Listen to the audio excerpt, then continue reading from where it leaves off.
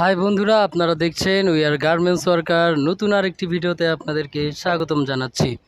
আর আজকে আমরা যে কাজটি সম্পর্কে জানবো সেটা হচ্ছে যে সুইং সেকশনের প্লেন মেশিনের একটি কাজ, যে কাজটাকে বলা হয় সাইড সিলিং।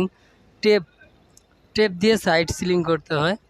তো এই টেপ দিয়ে কিভাবে সাইড সিলিংটা করতে হয় আমি সেটা আপনাদেরকে দেখাবো এবং এই কাজটি সম্পর্কে বিস্তারিত বলবো। এই কাজটি যদি আপনি জানেন তাহলে আপনার বেতন কত হবে এবং ওভারটাইম করলে প্রতি মাসে কত টাকা উঠাতে পারবেন, এইসব বিষয়ে বিস্তারিত জানাবো।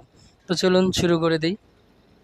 তো এই যে দেখতে পাচ্ছেন এখানে একজন টেপ জয়েন করছে সাইড সিলিংয়ের সাথে। প্রথমে সাইডের যে ইটা থাকে, সিলিংটা থাকে, সেটার সাথে টেপ জয়েন করতে হচ্ছে, আপনারা দেখতে পাচ্ছেন।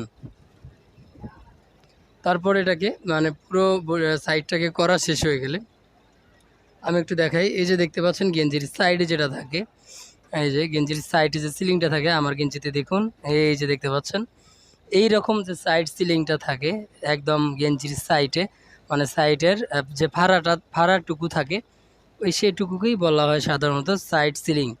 তো এই সাইড সিলিংটা মূলত টেপ দিয়ে করতে হয়, তাহলে এটা আরও স্ট্রং হয়, শক্ত হয় এবং ছিঁড়ে যাওয়ার সম্ভাবনা থাকে না।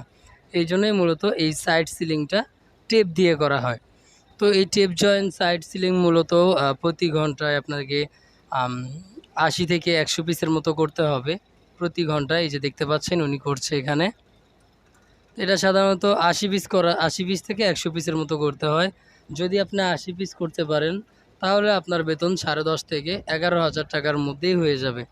এবং আপনি যদি 8 ঘন্টা ডিউটি শেষে, মানে প্রতিদিন 9টা থেকে 6টা এবং 8 ঘন্টা ডিউটি শেষে যদি 2 ঘন্টা করে ওভারটাইমও করেন, আপনার বেতন যদি 11,000 টাকাও হয়ে থাকে, তাহলে দেখা যাবে যে প্রতি মাসে আপনি কম করে হলেও 15 থেকে 16,000 টাকা পেয়ে যাবেন।